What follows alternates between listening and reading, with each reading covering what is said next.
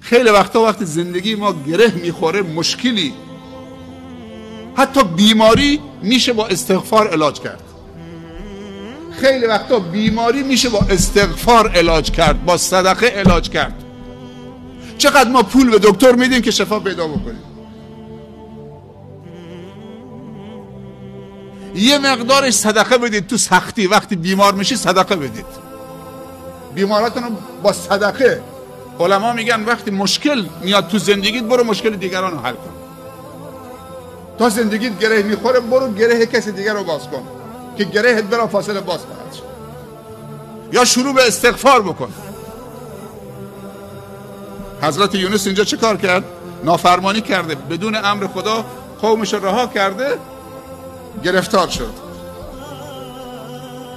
تو شکم نهنگ قرار گرفت، گفت لا اله الا انت. این قدم اول. سبحانک.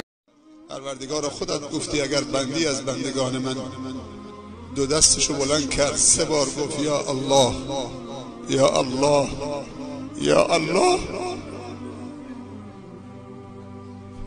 خودت گفتی من شرمم میاد که دست بندی که 3 بار بلند میکنه میگه یا الله یا الله یا الله، اون دست خالی و صفر بر بگردونه.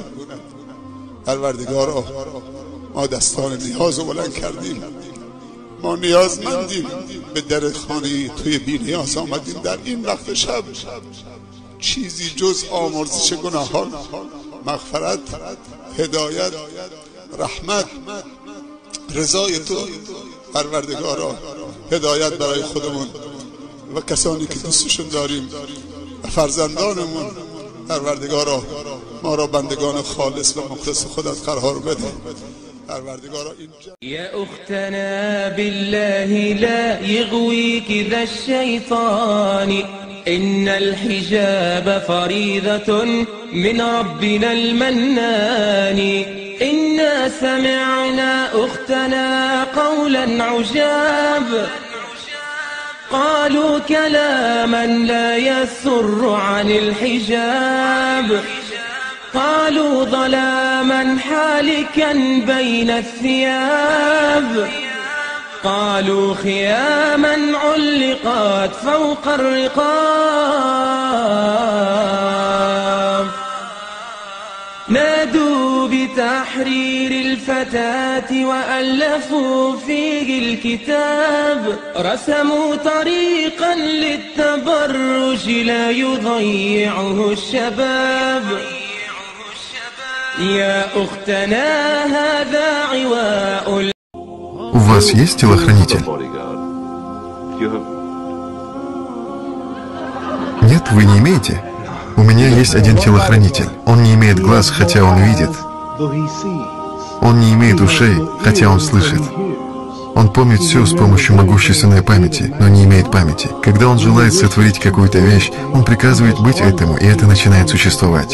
Но эти приказы не выражаются словами, исходящими с языка, за которым следует, или звуком, который слышен ушам. Он слышит сокровенное тех, кто тихо мыслит. Предположите, кто это? Это Бог, Аллах. Он мой телохранитель, он ваш телохранитель. از یخ پرسیدن که چرا اینقدر سردی؟ گفت مرا اولم آب آخرم آب، پس گرمی به من چی لازم؟ اما ما انسان ها اولمان خاک آخرمان خاک، پس این همه کینه و کبر و غرور از کجا و برای چی؟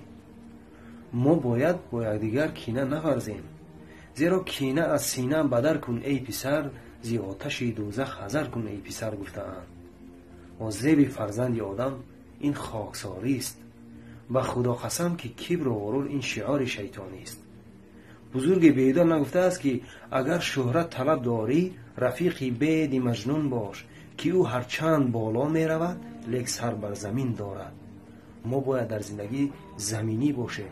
این را هیچگاه فراموش نکنیم که از خاک آمدیم، به خاک می رویم و باید خاکسار باشیم. خداوند از همه ما و شما